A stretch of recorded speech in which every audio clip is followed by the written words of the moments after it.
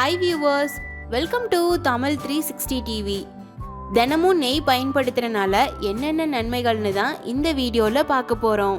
பாலை நல்லா காய வச்சு ஆறுனதுக்கப்புறம் கொஞ்சமாக தயிர் சேர்த்து 6 to 8 மணி நேரம் மூடி வச்சிடணும். அதுக்கப்புறம் எடுத்து பார்த்தா முழுசும் தயிராக மாறி இருக்கும். அந்த தயிரில் கொஞ்சமாக தண்ணி சேர்த்து கடைஞ்சோம்னா வெண்ணெய் தனியாக பிரிஞ்சு வரும்.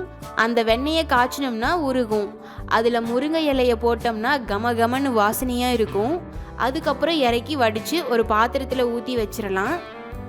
இந்த மாதிரி வீட்லேயே வெண்ணெயை உருக்கி நெய்யாக மாற்றுறது தான் சுத்தமான நெய். இந்த மாதிரி எடுக்கிற நெய் ரொம்ப நாளைக்கு கெடாமல் இருக்கும். ஹேருக்கு என்னென்ன யூசஸ்ன்னு பார்க்கலாம். நெய் நம்ம முடிக்கு கண்டிஷனர்னே சொல்லலாம். நெய்யை தலை முழுசாக அப்ளை பண்ணிவிட்டு 20 நிமிஷம் கழித்து அலாசினோம்னா முடி நல்லா சாஃப்டாக இருக்கும்.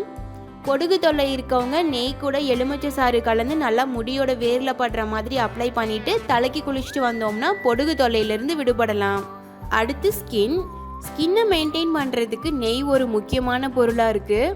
நெய் கூட கடலை மாவு, மஞ்சள் தூள் இந்த ரெண்டையும் ஆட் பண்ணி நல்லா மிக்ஸ் பண்ணிவிட்டு ஃபேஸ் ஃபுல்லாக அப்ளை பண்ணிக்கணும்.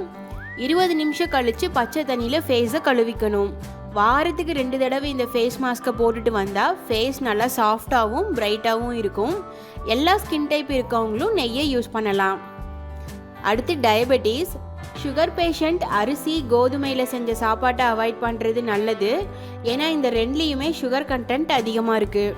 சாப்பாட்டு கூட நெய் சேர்த்து சாப்பிட்டுட்டு வந்தோம்னா பிளட் சுகர் லெவல் குறையும். அது மட்டும் இல்லாமல் ஈஸியாகவும் டைஜஸ்ட் ஆகும்.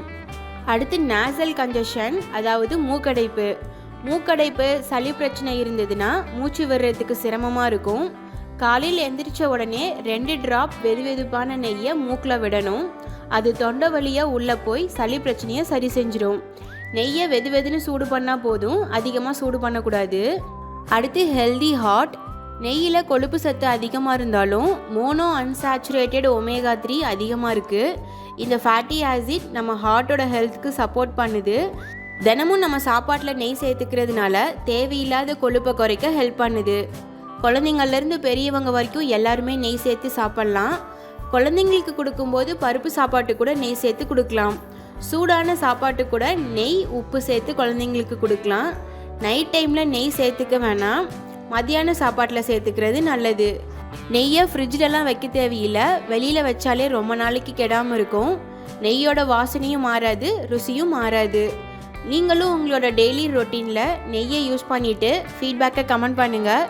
இந்த வீடியோ உங்களுக்கு பிடிச்சிருந்தா நீங்கள் விரும்புகிற ஒருத்தருக்கு இந்த வீடியோவை வாட்ஸ்அப்பில் ஷேர் பண்ணுங்கள். TAMIL360 டிவியை சப்ஸ்கிரைப் பண்ணலன்னா இப்போவே கீழே இருக்க ரெட் கலர் பட்டன் அழுத்தி சப்ஸ்கிரைப் பண்ணிக்கோங்க. நாங்கள் அப்லோட் பண்ணுற வீடியோஸை உடனுக்குடன் தெரிஞ்சுக்கணும் அப்படின்னா மறக்காமல் பக்கத்தில் இருக்க பெல் ஐக்கானையும் கிளிக் பண்ணிக்கோங்க.